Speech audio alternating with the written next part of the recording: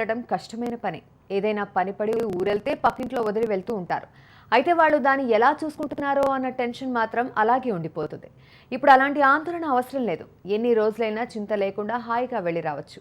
ఎంత దూరం నుంచైనా వాటి ఆలనా పాలన అబ్జర్వ్ చేయొచ్చు. ఎలా అనుకుంటున్నారా? What's the story?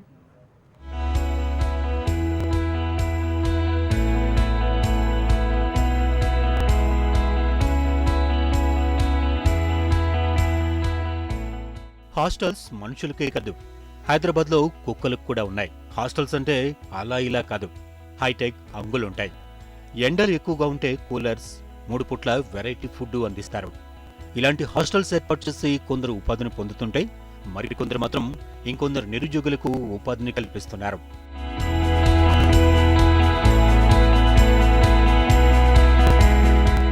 నగరంలోని చాలా ప్రాంతాల్లో ఈ డాగ్ హాస్టల్స్ అందుబాటులో ఉన్నాయి.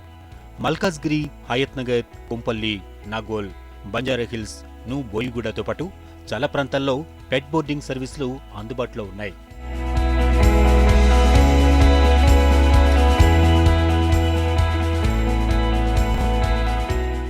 నగరంలో పెట్ లవర్స్ కు తక్కువేం లేదు.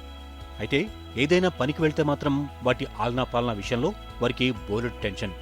అయితే డాగ్స్ కావలసిన అన్ని వస్తువులు ఏర్పాటు చేసి ఫుడ్, హెల్త్ కేర్ విషయంలో స్పెషల్ కేర్ తీసుకుంటున్నారు నిర్వాహకులు. ఫుడ్ మార్నింగ్ బ్రేక్ఫాస్ట్ 8 కంతా అయిపోతుందండి. బ్రేక్ఫాస్ట్ ఏంటి? 1 కప్పు పాలు, 1 ఎగ్, 1 కప్పు పెడిగ్రీ.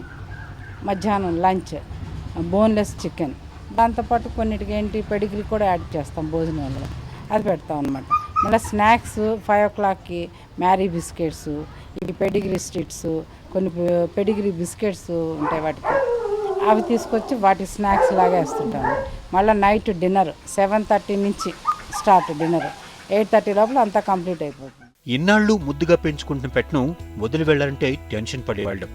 అయితే ఇప్పుడు పెట్ బోర్డింగ్ సెంటర్లు రావడంతో ఆ ఆందోళన తప్పిందంటున్నారు పెట్ లవర్స్.